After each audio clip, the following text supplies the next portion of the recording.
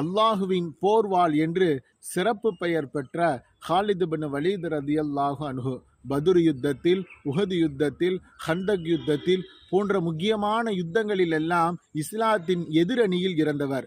ஃபதஹ் மக்காவின் போது Khalid bin Walid ரலியல்லாஹுடைய சகோதரரை பார்த்து உலகத் தலைவர் ஸல்லல்லாஹு அலைஹி வஸல்லம் அவர்கள் கேட்பார்கள், உன்னுடைய சகோதரர் ஹாலிதுக்கு இன்னும் சத்தியம் எது அசத்தியம் எது என்று தெரியவில்லையா என்ற ஒரே ஒரு வார்த்தை தான் கேட்பார்கள்.